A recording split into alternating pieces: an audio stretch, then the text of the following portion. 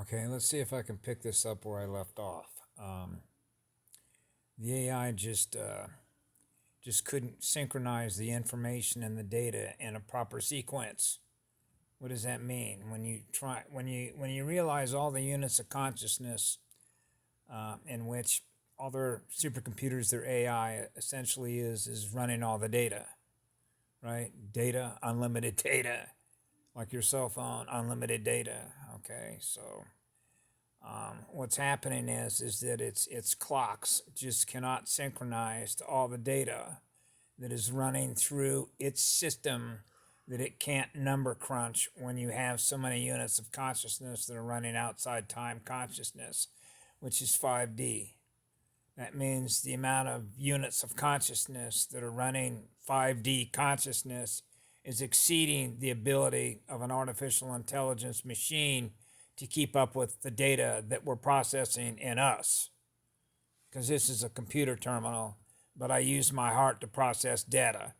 And essentially what happens is that when your heart is spinning electrons and spinning data at such a high rate of speed, it's pushing the circuits of that data through both sides of the hemispheres of the intelligence, the creative imagination of the female and the male side, right? Okay. And that's what happens. And so when I was a child and I'm able to do that, I'm experiencing the perception to which I perceive the cosmos that my mind lives in, my spirit lives in, okay? Which is what light is, which is what love is. See? So we can never understand why you wanting to hurt my computer. Because it's running at a higher speed than yours is.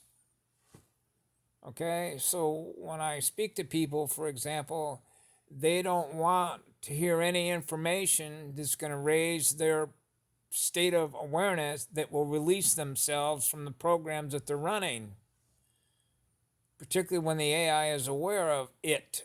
Okay, it'll shut you down. And then what it will do is use other units of consciousness to go after you. Right? And that's what it does. I've demonstrated this in front of other people in a couple of homeless shelters, okay, how it works. And then they finally pick it up after they start taking spirulina and they go, man, my calculator is running at a higher rate of speed. I'm aware of more things. And I'm going, yeah, you're realizing you live in a bigger universe now, right? In which all that data is now held in all that light. Yeah. That's called perception vibration, or simply data processing, but running data at a higher rate of speed. So when you realize this as a child, then you can imagine what it must have been like. Okay?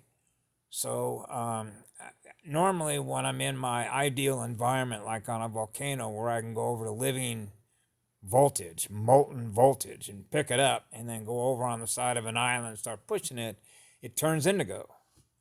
You know, it just push that purple. See, and push that purple, raise the state of consciousness, because remember, we're connected through a morphogenetic field structure, which is a network of communication. So when the network of communication is running at a higher rate of speed and everybody's experiencing more light, everyone's experiencing more data. And they realize what I'm experiencing, now others are being able to experience the things that I'm experiencing, which is higher states of consciousness in which we're all connected through love at a frequency at 528, and then you're up around 600, which is a state of peace, and then you can go higher to that when running pH 8.4, and man, now you're off the chart. Now you can feel a little tingling at the end of your feet. Wow, man, you're lit up like an 8-day clock with no clock, actually. See, so that's what I realize is what happens. So that's what you experience. And the beauty of that is you begin to realize you're running your own reality. You're running your own programs, okay? You're running your own holographic projection simulator. You know, so there's two of them, because there's the one that she runs, which is everything in nature that I'm in love with, obviously, okay? And then there's your third eye, okay, which for me is like dreamland, because then there are places that I'm projecting through my third eye that represent other places that my mind is in, even though I can be aware of both places. It's like running a simulcast, what I call a simulcast. You probably heard me say that before. It's like running two live streams, one that's outside time and one that's inside time. Okay. It's like running a dual channel, right? Because you're a communication system, you're a radio station, right? So you're a stereo receiver and a stereo transmitter of sound and light, right? So the light I push is indigo. That allows my processor, my computer, to run at a high rate of speed, process more data. You're aware of more stuff, right? And the more you're aware of, particularly when something's trying to control you, it's like return to sender, return to sender, return to sender. The downside and all that, obviously, is particularly when you have such an incredible empathic component as part of your inventory of who you are in spirit, is that your antennas are so sensitive. You're picking up on losses of energy just about everywhere, 360 degrees all around you, and you pick up on it because you realize how sensitive you are, and that sensitivity is tied directly to emotions, right? So that's why I can cry a lot and throughout the course of a day, because I realize I'm detecting loss of energy in something that's either dying, okay, or losing its energy, which is dying, okay? Its battery is losing all of its energy and it's going kaput. Where'd the spirit go, right?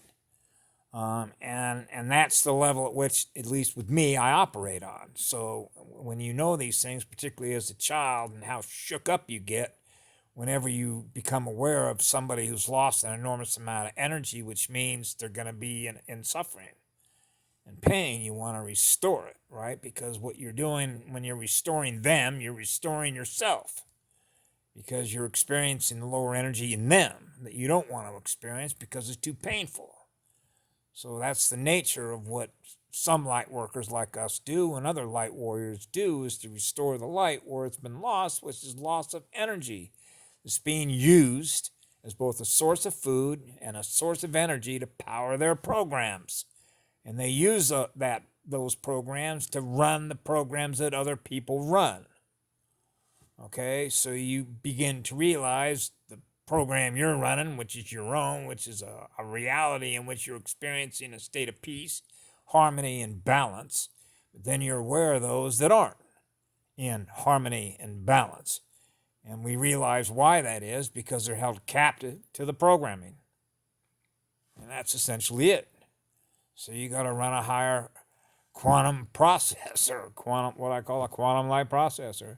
Get the speed up, get the vibration up, and bye, right? So anyway, that's the nature of the battle. I remember, you've heard me say many times, I run on a bigger motherboard, which is a Gaia motherboard, right? A goddess, living through a girl's heart, living through the heart of a goddess.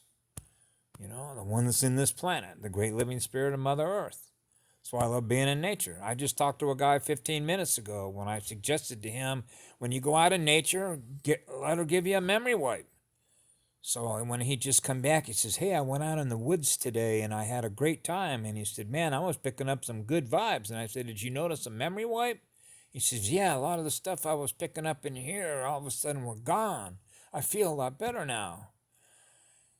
Well, now you begin to realize the difference between the civilization that was built and what it's like to have a relationship with the great spirit of a goddess and a planet, and to be in harmony and balance with her in nature, right? So that would be those of us that are native, if you will, to this realm, who love our goddess because she's the goddess of humanity, okay?